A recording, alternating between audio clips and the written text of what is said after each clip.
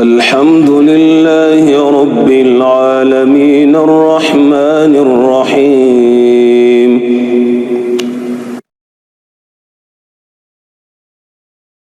أعوذ بالله من الشيطان الرجيم بسم الله الرحمن الرحيم Assalamu alaikum everyone. This is Muslim Ninja and today we are going to be discussing the recent debate that happened between Daniel Hakikat Joe and Brother Ijaz against Sam and Jay. The main topic of this debate was Trinity versus Tawheed. In the opening statement of Brother Daniel, he explained the Tawheed first and then he went on to explain how the Trinity is false and doesn't make sense. Let's check it out. Islam is monotheistic. There is only one God. This is known as Tawheed. Christianity is polytheistic because Christians worship three separate gods known as the Trinity. Christians claim that this is false. The Trinity is not three separate gods. The Trinity is three in one. But does this claim make sense? First of all, there's a logical contradiction in the Trinity. How can the Father, Son, and the Holy Spirit all be one God, but they also not be identical beings? The Father is God, the Son is God, the Holy Spirit is God. It's all one God, but the Father is not the Son is not the Father, and neither of them are the Holy Spirit. This is a logical contradiction. The only way to solve the contradiction is to admit that the Father, Son, and Holy Spirit are three separate gods, not just one God. This is, of course, polytheism. As Muslims, we challenge Sam and Jay to resolve this logical contradiction for the audience. Explain to us how the Father, Son, and Spirit are all one God, but they're not identical with each other, and explain it in a way that the average layperson can understand it. A layperson can understand that God is one. He is one God, and he can have multiple attributes. That's Islamic monotheism. I can explain it in one sentence. Can Sam and Jay explain the Trinity without resorting to a bunch of convoluted gobbledygook? So that was Daniel's opening statement. As we can see, he explained Tawheed, he explained the Islamic monotheism, and he explained how the Trinity makes no sense, and if it does make sense, then that means it is polytheistic. Now let's move on to Sam's opening statement. Instead of addressing the Trinity or defending the Trinity being illogical, what he does is that he attacks Tawheed, which makes sense.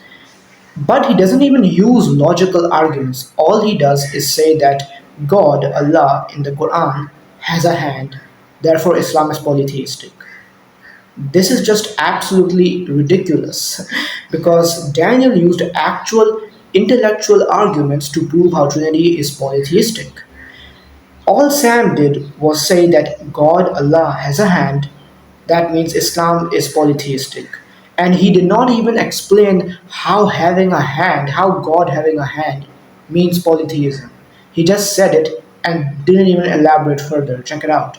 Allah has a foot. He has a shin. He even has loins. And he has at least two eyes, if not more, and two right hands. Now, for the life of me, if Allah is the creator of the heavens and the earth, how does he exist as an embodied being without him dwelling in space? Because if he's atemporal and he's timeless, that means his God supposedly exists when there was no time, space, and place. But if you have a foot and you have a shin and you have two right hands, I don't know what happened to the left one, but we'll get into that. So yes, on one side you have Daniel explaining how the Trinity is polytheistic because the three beings have three separate minds and cannot be one being, which is actually an intellectual argument. And then on one side you have Sam over here saying that Islam is polytheistic because God has a metaphysical hand. Like, this is just ridiculous. He doesn't even explain how having a hand is equal to polytheism. Throughout the whole debate, he did not explain this and he just kept on ranting. So now let's move on to another part of the debate. Now let's move on to the morality part. Daniel explains how Christianity, or the God of Christianity according to Christians, is actually pro-genocide. Check this out. According to the Bible, Jesus is also pro-genocide. In Deuteronomy 20, Jesus commands Moses to attack the Canaanites and other peoples and, quote, leave nothing alive that breathes. In Deuteronomy chapter 2, Moses requested safe passage for the wandering Hebrew people from Sihon, king of Heshbon, but the king refused. Jesus then commands his followers to conquer and possess Sihon's lands. As Moses says, quote, the Lord our God, meaning Jesus, delivered him before us, and we smote him and his sons and all his people, and we took all his cities at that time and utterly destroyed the men and the women and the little ones of every city. Now, after this, Sam commits the biggest straw man in debate history. So, Sam basically accuses Daniel of admitting that Jesus is his God, that Jesus is Allah, and that Allah commanded this genocide.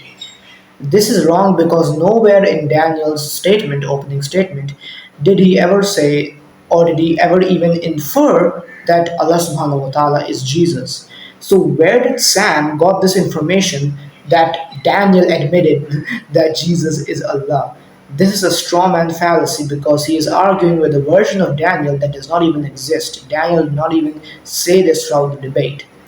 Now, Sam might have said this because he thinks the Quran talks about the Bible and confirms the Bible. However, this is also wrong because the Quran does not even mention the word Bible. This was an assumption on Sam's side because he didn't know that the Quran does not even mention the word Bible. This was a complete assumption on Sam's side.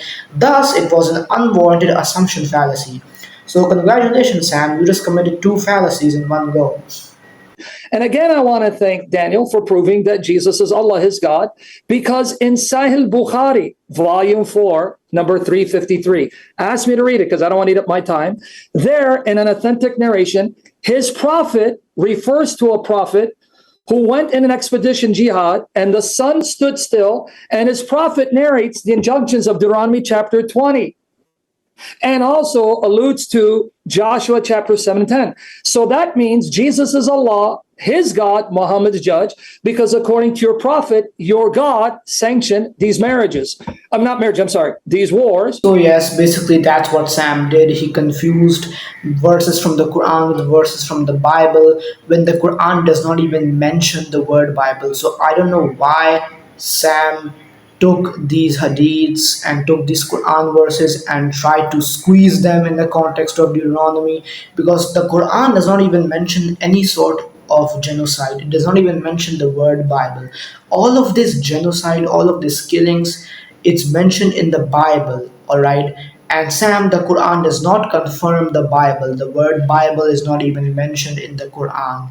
And this is what Sam did not understand. Now, I think we all know what kind of an individual Sam is. You know, he insults the Prophet, he insults Islam, he insults Allah, and even during this debate, he could not stop himself from insulting Islam. So, Daniel played fair. Check it out. High or this age in order for a man to mount her. And in the same Talmud, it says, you're not to give a girl who's mature enough for marriage to an old man. And Muhammad was 54 years old. You don't get any older than that. He was old enough to be her great granddaddy. So I'm glad you're appealing to the Jewish Christian sources, because these very sources say your prophet is a false prophet and antichrist under the feet of Jesus. How much time I have? 20 seconds. Okay, so yeah, ironically, you mentioned it. Let me show you where it says in the Talmud, right here, where it says that you cannot give a young girl mature enough for marriage, which is past the age of 12, to an old man. Here, let me read. This verse is referring to one who marries his daughter to an old man. That's time. She will, okay. Time's up. That's time. I know you want it to be up. No, Okay. it's physically up. All right. So Yeah, I'm just showing a picture of Mario here because he's a famous plumber and he's with his princess. So I think that God. has significance. Plumber is for Sam. That's Could I, So- could I just ask you a question, Daniel? This counts as Well, this counts hold as all on, the hold time. No, we were pointing out plumbers because I think Sam has a lot of experience with plumbers. Yeah, He wants to Muhammad- insult. Hey, don't interrupt our time, brother. No, you're Don't prophet- interrupt. Don't interrupt our time. What humble that? life. Moderator. just let him. So We'll put we 10 wanted. seconds on. We wanted. Go ahead. We keep wanted on. to be courteous and not bring this stuff up. But when Sam gets down and dirty and starts insulting the Prophet Muhammad, peace be upon him, then we have to respond in kind. We have to insult Sam and point out his vile history and the kinds of filth that he puts on his channel. So we're just playing fair. You wanted to go down and dirty and that's use fine. filthy language, then we're going to bring up the fact that a plumber basically stole your wife. Now that's enough humiliation for Sam. Let's move on to Jay. Now, throughout the debate, both Sam and Jay were obviously using the child marriage argument and saying that our prophet married 9-year-old and were calling out all sorts of disgusting things such as, oh, he's a pedophile and stuff like that. Basic Sam and Jay stuff. That's what they do basically. But Jay, you see, this is the double standards on Jay's side. He had no problem calling Muhammad Sallallahu P3DO, but he had a problem with calling Thomas Aquinas a pedophile. Thomas Aquinas is a Christian, and that dude has no problem with child marriage. Alright, just like Daniel, that dude has no problem with child marriage whatsoever. In fact, he promoted it. Daniel even read it out loud that he promoted it. And then, even then, Jay still refused to condemn Thomas Aquinas. So this is the double standard on Jay's side. When he sees Daniel arguing for child marriage, Daniel is a Muslim, then he says that Daniel is pro-pedophilia or that Daniel is a pedophile. But when his own people, Christians, argue for child marriage, then he refuses to condemn them as P3DOs. This is ridiculous. It's such a double standard he had. Jay refuses to say that these are all pedophiles. Jay refuses to condemn Thomas Aquinas as a pedophile. That's shocking. I hope all the Christian listeners, especially the Protestants listening, note that these heretics, Sam and Jay, are down with pedophilia. All right. Did you not hear my condemnation? I explicitly said I don't have a problem condemning Aquinas, so you just blew past As a it. pedophile. As a pedophile. Can I answer? Yeah.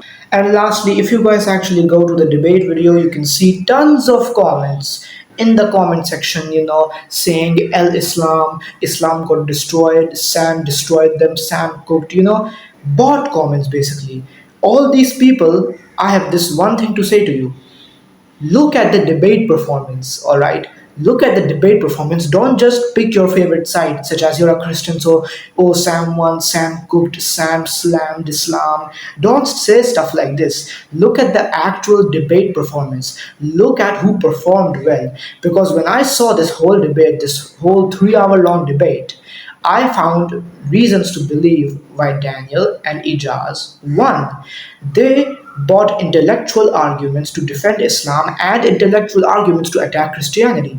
All Sam and Jay bought were arguments, not intellectual arguments, random arguments against Islam. They did not even bring a single argument to defend Christianity. When Daniel attacked and criticized Christianity or the Trinity, they did not defend the Trinity, but instead they attacked Tawheed. So basically, it's pretty clear to me that Daniel and Ijaz won this debate. They bought intellectual arguments in favor of Islam and against Christianity, whereas Sam and Jay bought ridiculous arguments against Islam and no intellectual arguments in favor of Christianity. Not to mention all the fallacies and double standards and the hypocrisy that they showed throughout this entire debate, I think it's safe to conclude that they lost and the Islam team won. So yes, this was my debate review on this matter. Until next time, Assalamu alaikum warahmatullahi wabarakatuh. Jazakallahu khair. الحمد لله رب العالمين الرحمن الرحيم